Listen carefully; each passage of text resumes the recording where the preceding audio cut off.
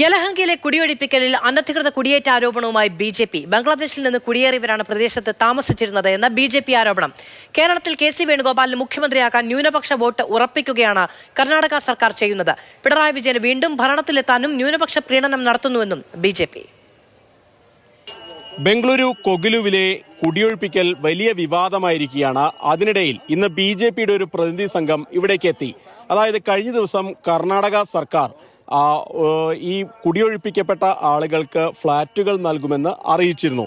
അതിന്റെ ഭാഗമായി നാളെ അതിന്റെ വിതരണ നടപടികൾ തുടങ്ങും എന്ന് പറഞ്ഞ അതിന് തൊട്ടു പിന്നാലെയാണ് ബി.ജെ.പി. നേതാക്കൾ ഇവിടെ സന്ദർശിച്ചത്. കർണാടകയിലെ പ്രതിപക്ഷ നേതാവ് ആർ അശോകിന്റെ നേതൃത്വത്തിലുള്ള സംഘമാണ് ഇവിടെ എത്തിയത്. ഏതായാലും അവരിവിടെ എത്തി ആളുകളോട് കാര്യങ്ങളൊക്കെ ചോദിച്ചറിയുന്നുണ്ട്. പക്ഷെ അവരുടെ ലക്ഷ്യം ഇവർ അനധികൃതമായി കുടിയേറിയ ആളുകളാണ് എന്ന് സ്ഥാപിക്കുന്ന തരത്തിലുള്ള ഒരു പ്രതികരണമാണ് ഈ നേതാക്കളുടെ ഭാഗത്തുനിന്ന് ഉണ്ടായത്.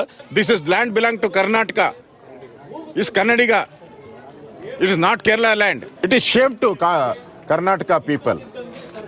This is illegally. We demand the government give the national agency to inquire his citizenship. ഏതായാലും ആളുകൾ രൂക്ഷമായാണ് ഇതിനോട് പ്രതികരിക്കുന്നത്. വർഷങ്ങളായി 10-20 വർഷങ്ങൾക്ക് കൂടുതൽ ഇവിടെ താമസിക്കുന്ന ആളുകളാണ് തങ്ങൾ എന്നവർ അടിവരയിട്ട് പറയുന്നു.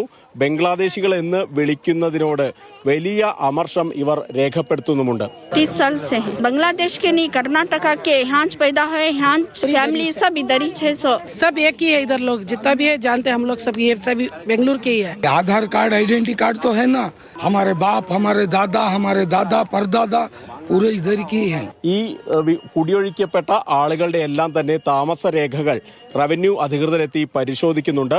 അർഹരായവർക്ക് ഫ്ളാറ്റുകൾ നൽകും എന്നാണ് അറിയിച്ചിരിക്കുന്നത്. മറ്റൊരു കാര്യം കൂടി ബി.ജെ.പി. ഇപ്പോൾ ലക്ഷ്യമിടുന്നുണ്ട്. അവർ പറയുന്നതനുസരിച്ച് ഇരുവർക്കും കെ.സി. വേണുഗോപാലിന് കേരളത്തിന്റെ മുഖ്യമന്ത്രിയാകാൻ വേണ്ടി ന്യൂനപക്ഷ വോട്ട് ഉറപ്പിക്കണം.